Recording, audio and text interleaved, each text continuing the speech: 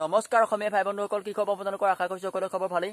বন্ধুসকল, আজি মোৰ ভিডিঅ'টো আমাৰ সকলোৱে হিয়াৰ মতো আমাৰ অন্তৰাত্মাত বাস কৰা আমাৰ নৱপ্ৰজন্মৰ হাৰ্টথোপ, আমাৰ কলিজা, আমাৰ নয়নৰ মণি জুবিন দাৰ ওপৰত। বন্ধুসকল, বহুতে আমাক প্ৰশ্ন কৰে যে জুবিন দাক কিমান কিয় ভাল পাব লাগে, জুবিন দাক কিমান কিয় ভাল পোৱা। মই সেইসকলৰ প্ৰশ্নৰ উত্তৰ দিব বিচাৰিছোঁ। বন্ধুসকল, জুবিন দাক ভাল পোৱা আমাৰ প্ৰথম কথা হৈছে আমি মধ্যবিত্ত পৰিয়ালৰ ল'ৰা। আমাৰ জীৱনত প্ৰত্যাহ্বান বহুত থাকে। আমাৰ জীৱনৰ সংগ্ৰাম কৰি যেতিয়া আমি ভাগৰি পৰোঁ, জুবিন দাৰ এটা গীতেৰে, জুবিন দাৰ ব্যক্তিত্বই আমাক সাহস দিয়ে আৰু আমি আকৌ সপোন দেখিবলৈ, আমি কাম কৰিবলৈ আমি সেই জুবিন দাৰ সংগীতৰ পৰাই আমি সাহস পাওঁ।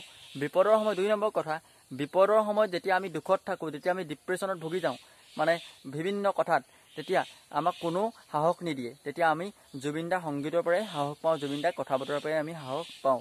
আৰু 3 নম্বৰ কথা, জুবিন দাৰ দুখতো জুবিন দা, সুখতো জুবিন দা। দুখ লাগিলেও আজি জুবিন দাৰ সংগীতেৰে আমি আমাৰ মন ভাল লগাওঁ আৰু আনন্দ কৰিলেও আমি জুবিন দাৰ সংগীতৰ পৰাই আনন্দ পাওঁ। মুঠতে সকলোতে জুবিন দা, দুখতো জুবিন দা, সুখতো জুবিন দা। জুবিন দাক কিমান ভাল পাওঁ সেইটো ভাষাৰে আমি প্ৰকাশ কৰিব নোৱাৰোঁ। আমি কিমান আমি ভাল পাওঁ জুবিন দাক, সেইটো ভাষাৰে আমি প্ৰকাশ কৰিব নোৱাৰোঁ। আৰু বেলেগে সেইটো জ্বলি লাভ নাই। কিয়নো জুবিন দাৰ কৰ্মৰাজি এনেকুৱা যে জুবিন দাক সকলোৱে ভাল পাব বিচাৰে বা ভাল পায়। জুবিন দাৰ কৰ্মৰাজি এনেকুৱা।